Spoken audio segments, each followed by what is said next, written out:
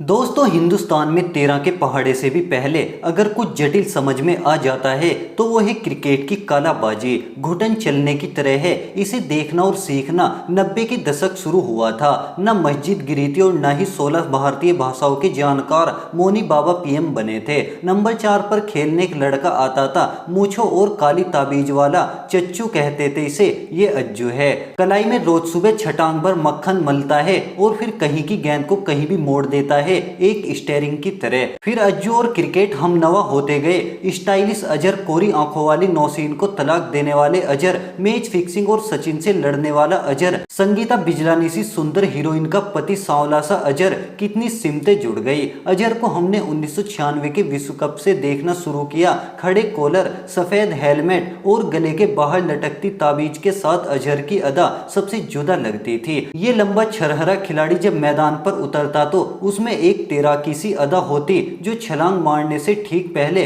कंधे थोड़े उचकाने लगता है। ठीक ही कहते हैं कि अजहर की कलाई में जादू था। ऑफ स्टंप की जिस गेंद पर दूसरे बल्लेबाज कवर में शॉट खेलते, उसे वे फ्लिक करके मिड ऑन या मिड विकेट का रास्ता दिखा देते। क्रिकेट में जैसा आगाज अजहर का हुआ, वैसा किसी बल्लेबाज का न उनके पहले हुआ न उनके बाद हो पाया। साल 1984 के दिसंबर का महीना था। अंग्रेज दल भारत के दौरे पर था। 21 साल का एक लड़का जो अभी तक एसबीआई में क्लर्क की नौकरी करते हुए अपनी बारी का इंतजार कर रहा था, उसे मौका मिला। शुरुआती 3 टेस्ट मैचों में ही शतकों की तिगड़ी लगाकर उसने बवंडर बांध दिया। हुआ यूं कि जो अंग्रेज दुगना लगान की फिराक में आए थे, उनसे अजहर ने 3 शतक वसूल लिए। बात दिल्ली से लंदन तक पहुंच गई। वहां के क्रिकेट समीक्षक जितना इस बालक पर मोहित हुए, उतना ही अंग्रेजों पर कुपित भी। जॉन वुडकॉक ने तो यह कह दिया था कि अंग्रेजों से अजहर जैसी बल्लेबाजी की उम्मीद करना ही बेकार है। ये कुछ वैसा ही है जैसे किसी मरियल शिकारी कुत्ते से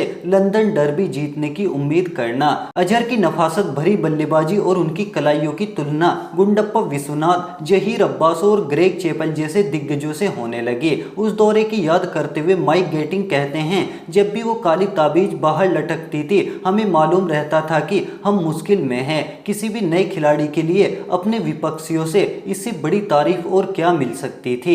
खैर, ये तो सब बातें हैं जब हम पैदा भी नहीं हुए थे। इनाम आबिदी अमरोही बताते हैं कि अजहर कभी नमाज में नागा नहीं करते थे। तब अजहर एक ऐसे खिलाड़ी हुआ करते थे जिनके लिए खेल इबादत था। भारतीय क्रिकेट में मुश्किलों का दौर आया और 1990 में उन्हें कप्तानी सौंप दी गई। गौरव का अक्षण भी आया जब 1991 में अजहर को Wisden cricketer of the year चुना गया। ये वो दौर था जब उनकी लोकप्रियता तत्कालीन प्रधानमंत्री से भी ऊपर चली गई थी। वे और उनका खेल दोनों परवान चढ़ते गए। मीडिया की आंख का तारा बन चुके अजहर इबादत और तिजारत का फर्क समझने लगे थे। 1981 में 800 रुपए महीना कमाने वाला अब लाखों में खेलने लगा था। जो कभी रोज की नमाज भी नागा नहीं करता था, अब जुमे की नमाज भी छोड़ने लगा और ये लापरवाही उसके खेल में भी झलकने लगी थी। 1996 विश्व कप से अजहर का ढलान शुरू हो गया। उनकी जिंदगी में संगीता बिजलानी आ चुकी थी। अब वे खेल से ज्यादा अपनी निजी जिंदगी के कारण सुर्खियों में रहने लगे।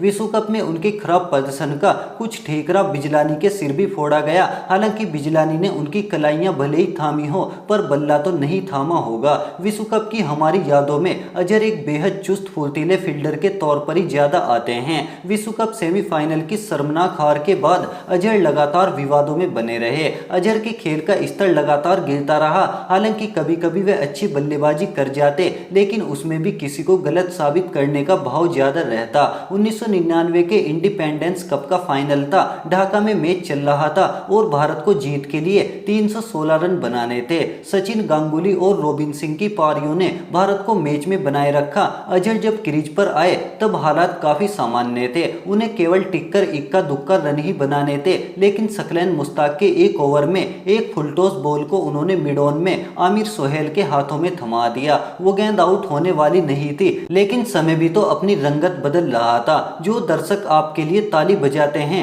वे गाल भी कम नहीं बजाते। अजहर भी अपवाद नहीं थे। अजहर से कप्तानी लेकर सचिन को सौंप दी गई। आरोप तो ये भी है कि अजहर ने कप्तान के तौर पर कभी सचिन के साथ सहयोग नहीं किया। हालांकि अजहर इसको खारिज करते हुए मानते हैं कि सचिन में कप्तान के तौर पर वो काबिलियत ही नहीं थी। सचिन से अजहर की खटास की एक वजह वेस्टइंडीज के दौरे पर उनका बेपरवाह रवैया भी था। सचिन चाहते थे कि अजहर को बाहर करके उन्हें सबक सिखाया जाए। जाए, साथ ही जडेजा रोबिन सिंह को भी समय रहते कड़े संदेश दिए जाएं। अजहर को टीम से बाहर कर दिया गया, वह फिर से टीम में आए। अपना आखिरी टेस्ट मैच उन्होंने अफ्रीका के खिलाफ खेला। इस मैच में उन्होंने शतक जड़ा, मानो वो कुछ साबित करने के लिए ही खेल रहे थे, लेकिन शतक पूरा होते ही एक बेहद बदसूरत शॉट खेलकर चलते बने। भारत वे मैच हार गया। खेल तो तब भी नफीस था, लेकिन रवैया ले डूबा। काबिले गौर है कि पहले और आखिरी टेस्ट में शतक लगाने का अनूठा रिकॉर्ड भी शायद उनके ही नाम रह जाए। काव्यात्मक न्याय की कहा जाए कि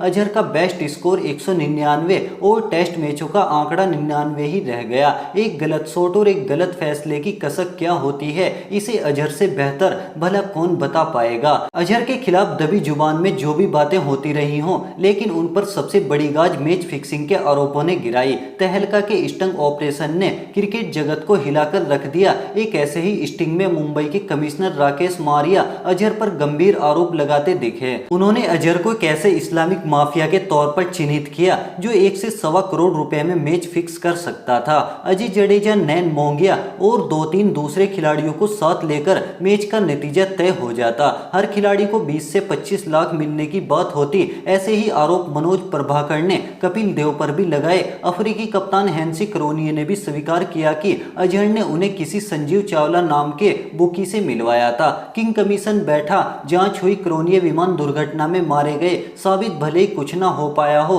लेकिन खेल और इन खिलाड़ियों को लेकर दर्शकों का नजरिया तो धूमिल हो ही गया। जिस खेल की पहचान कभी पैशन से हुआ करती थी, वह पैसों से होने लगी। साल 2000 में अजहर पर बीसीसीआई और आईसीसी ने आजीवन प्रतिबंध लगा दिया। अजहर ने फैसले को अदालत में चुनौती दी और आंध्र प्रदेश हाई कोर्ट ने उन्हें 2006 में राहत प्रदान की। अदालत के फैसले ने अजहर की कलाई बचा ली। 2009 में कांग्रेस ने इस कलाई को थामा और मुरादाबाद से लोकसभा सांसद बना दिया। हालांकि राजनीति में क्रिकेट का खोया प्यार लुटाने की कुव्वत कभी ना हो पाई। निजी जिंदगी के इन झोझातों जूझते एक जवान बेटे को खोने का गम भी उनके हिस्से आया। बेटे अयाजुद्दीन के साथ अयाज की बाइक एक्सीडेंट में मौत हो गई थी।